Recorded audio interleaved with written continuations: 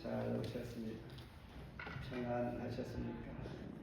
잘하셨습니다. 기온은 많이 떨어졌지만은 오늘 모처럼 화창한 날씨입니다. 우리 마음도 화창하게 꽃이 피듯이 봄을 소망하면서 말씀 안에서 화사해지는 그런 시간 되기를 바랍니다. 오늘 주신 말씀의 제목, 하나님의 말을 들었으니. 오늘 본문을 기록한 학기에는 1차 포로 귀환, 유대인들에게 중단된 숫바벨 성전 재건을 속히 다시 시작하라고 독려한 선지자이니, 그때 그의 말씀 선포는 사회에 대한 악이나 우상 숭배를 지적하거나 나라의 운명에 대해서도 말하지 않고 오직 외부의 방해와 내적 나태함에 빠진 백성을 책망하는 데 주력합니다. 그들을 또한 격려할 뿐만 아니라 끝내 그는 그 격려와 그의 촉구로 말미암아 성전 완공을 이끌어내게 됩니다. 우리가 잘 아는 사도행전 10장에 보면 백부장 고넬료가 소개가 됩니다. 그는 이방인이지만은 베드로를 초청하여 가족과 함께 하나님의 말씀을 사모하며 들을 때에 이방인들에게도 성령의 은혜가 임했던 기독교 역사에서 매우 중요한 전환점을 이루게 되는 주인공이었습니다. 이처럼 저와 여러분의 시간, 복잡한 세상의 소리 대신에 온전히 시간 하나님의 음성만 듣기를 소망합시다. 오늘 주시는 말씀 안에서 하나님의 말씀을 듣는 귀환한 이스라엘 백성들의 그 반응과 또한 그들을 감동시켜서 하나님 앞에 나아가 자원하는 마음을 주신 하나님의 은혜를 다시 한번 생각하면서 모든 삶 가운데 삶의 우선순위를 돌아볼 수 있는 시간 되기를 바랍니다. 먼저 학계의 말을 들음으로, 한 구절이 상당히 긴데 함께 읽어볼까요? 12절 시작. 수알디엘의 아들 수르바벨과 여호사닥의 아들 디사장 여호수아 남은 모든 백성이 그들의 하나님 여호와의 목소리와 선지자 학계의 말을 들었으니 이는 그들의 하나님 여호와께서 그를 보내셨습니다. 백성이 다 여호와를 경외하며. 학계에게 하나님의 말씀이 임했습니다. 1장, 2장을 통해서 4번씩이나 하나님께서 말씀하십니다. 1장 1절과 15절과 2장 1절과 10절에 하나님께서는 말씀하실 때에 중요한 사항을 다시 또 말씀하시고 또 나타나서 기다렸다가 또 잠잠하고 있는 이들에게 그들을 일깨우기 위하여 중요한 메시지를 전합니다. 역대하 36장 12절에 보면 그의 하나님 여호와 보시기에 악을 행하고 선지자 에레미야가 여호와의 말씀으로 일러도 그 앞에서 겸손하지 아니하였으며. 무슨 말씀입니까?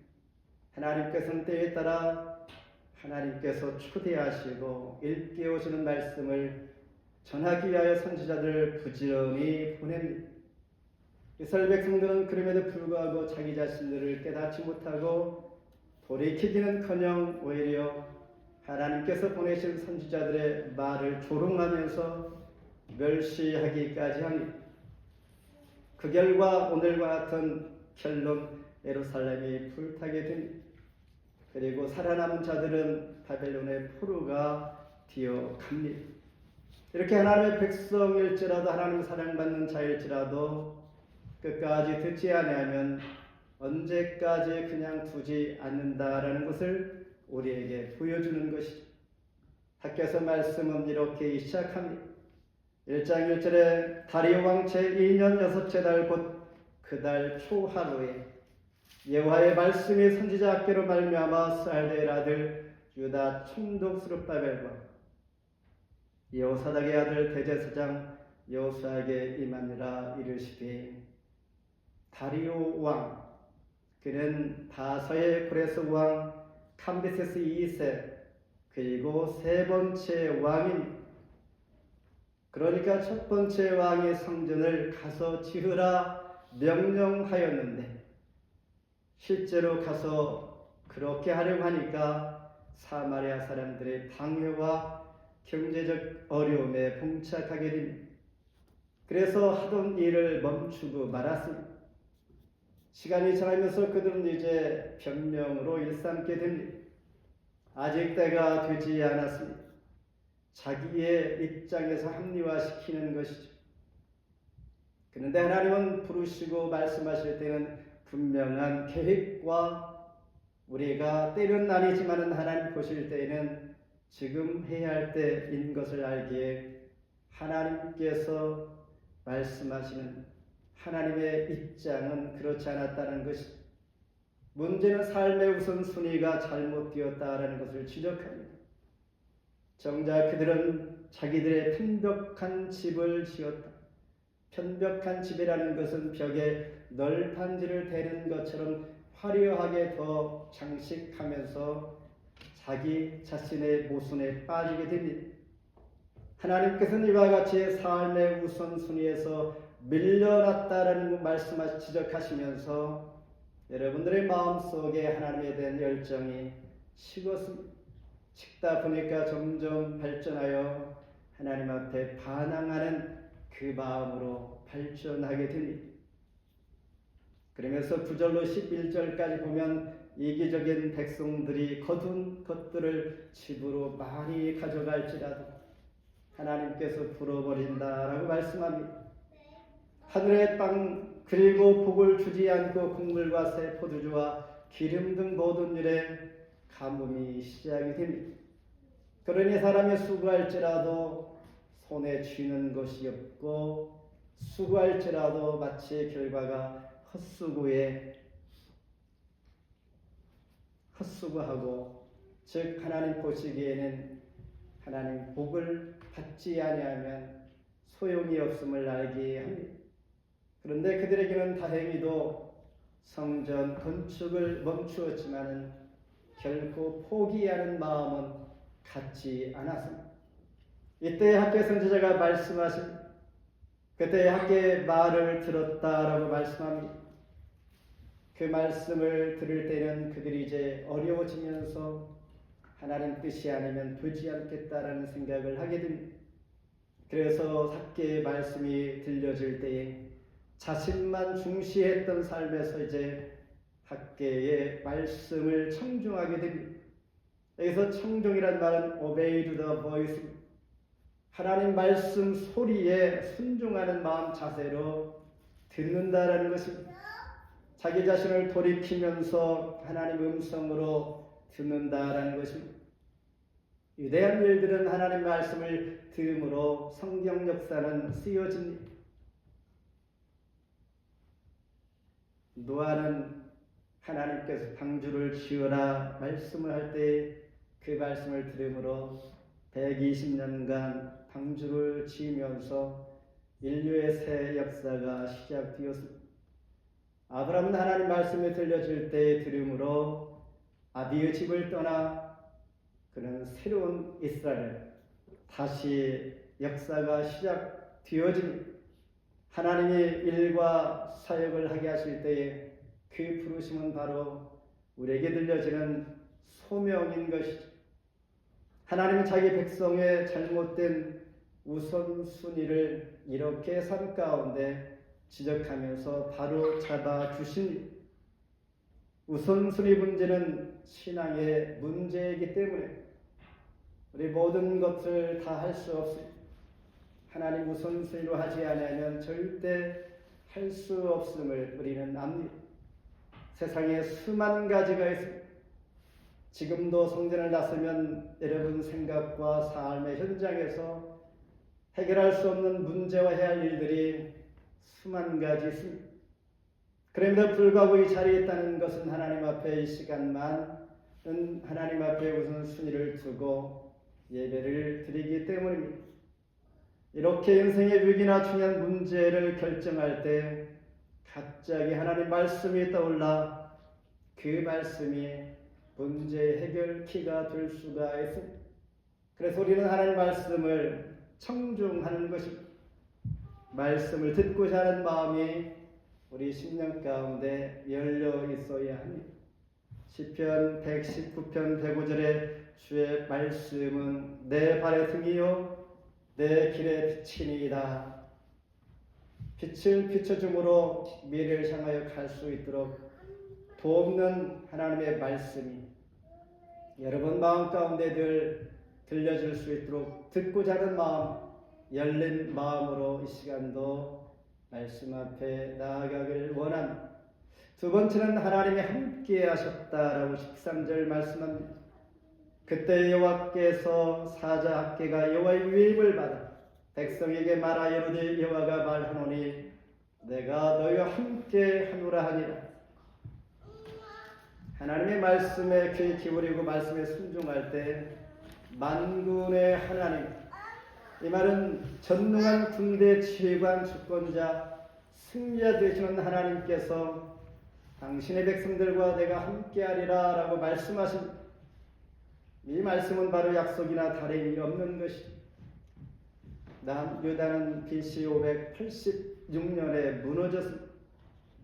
하나님의 약속대로 이제 70년 만에 포로에서 자유를 얻게 되면서 그들은 고토 예루살렘 땅으로 돌아오게 되니 앞서 얘기한 것처럼 북이스라엘 즉 사마리아 사람들로 인하여 위협과 방해를 받으면서 하나님의 거룩한 뜻이 꺾여지면서 시간이 지나 그들은 영적인 무력함에 빠집니다.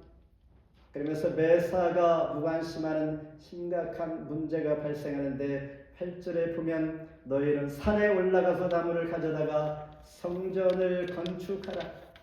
그리하면 내가 그것으로 말미암아 기뻐하고 또 영광을 얻으리라. 여호와가 말하였느니라. 산에 올라가 나무를 가져다가 성전을 건축하라. 이 말은 여러분 마음만 먹으면 지금 할 수 있는 일을 하세요라는 말입니다. 성전을 건축하는 대단한 레바논에 있는 나무를 갖다가 수입하여 성전을 지으라 하지 아니하고 온갖 금과 은과 부하로 꾸미라고 말씀하지 않습니다. 그냥 산에 올라가서 나무를 베어 지으라는 것입니다. 때가 되면 되겠지라는 이들을 하나님은 책망하는 말씀입니다. 다행히도 그들이 돌이킬 때에 내가 너희와 함께 하리라. 성수가 그들 가운데 있다라는 것입니다. 내가 너희 함께 하리라. 우리 심령 가운데 성령의 존이 이미 지어져 가고 있는 것이죠. 마음의 문제라는 것입니다. 하나님께서 임마누엘 은혜로 인도하고 우리를 이끌어 가겠다는 적극적인 하나님의 계획이 일어난 것입니다. 결코 다 두어서는 자신의 힘과 의지로 할 수 없음을 하나님은 너무나 잘 알기 때문입니다. 따라서 하나님은 자기 백성들에게 원하는 건물이 아니라 주님을 더 존귀하게 여기는 마음이 너희들에게 필요하다 말씀합니다. 그래서 5절과 7절에 보면 너희 행위를 살필지니라. 이 말은 자신의 길에 마음을 두라. 너희들 살아가고 있는 삶 가운데 순간순간 너희 발걸음 위에 하나님의 마음을 두라 라는 말입니다. 지금 여러분의 길, 어떤 길을 가야 하는지 잘 살피라라고 권고하는 말씀이죠. 최고의 순간은 아직 오지 않았습니다. 성전 재건 프로젝트를 위해 백성들은 강하게 열심히 일했습니다. 비록 이 성전이 재건될지라도 그러면 그들은 만족과 기쁨이 넘칠까? 2장에 가서는 사실 그렇지 않았습니다. 수고했지만 이전의 영광과 비교할 수 없이 허탄한 마음이 들었을 것입니다. 자칫 수고했지만 껍데기에 불과한 성전 일수가 있습니다. 그 가운데 중요한 것은 현재와 미래를 연결해 줄 수 있는 주님, 예수님께서 나의 가는 길에 늘 귀히 여기는 그 마음을 잃지 않는 것입니다. 오직 만군의 여호와 하나님께서 함께 하심으로 가능합니다. 예수님께서 승천하실 때의 마지막 말씀이 마태복음 28장 20절입니다. 내가 너희에게 분간 모든 것을 가르쳐 지키게 하라. 볼지어다 내가 세상 끝날까지 너희와 항상 함께 있으리라. 이 임마누엘 은혜가 가장 큰 복이다라는 것입니다. 우리가 큰 공적을 이뤘을지라도 하나님께 함께하지 아니하면 우리 마음은 공할 뿐입니다. 내가 너와 함께하리라. 마지막으로 마음을 감동시키시는 하나님이십니다. 14절 함께 봉독합니다. 시작. 여호와께서 살리의 아들 종족 스룹바벨의 마음과 여호사닥의 아들 대제사장 여호수아의 마음과 남은 모든 백성의 마음을 감동시키시네. 그들이 와서 만군의 여호와 그들의 하나님 전 공사를 하였으니. 유다의 백성들은 학개가 전한 말씀의 마음이 움직이고 그들은 다시 무엇인가 시작하게 됩니다. 솔로몬 때처럼 백향목을 수입할 수는 없지만 그들 가운데 함께 하시는 하나님께서 그들 손에 있는 것으로 하라 말씀하실 때 지금 할 수 있는, 손쉽게 할 수 있는 것을 찾기 시작하면서 하나님께서 하신 말씀이 일리가 있고 가능하다, 합당한 것을 그들 깨닫게 되면서 하나님 말씀에 의지해서 성전 재건에 착수하게 됩니다. 1절에 보면 다리오 왕 제2년 6째 달 곧 그 달 추하루에, 그러면서 마지막 15절에 그때 다리오 왕 제2년 6째 달 24일이었더라.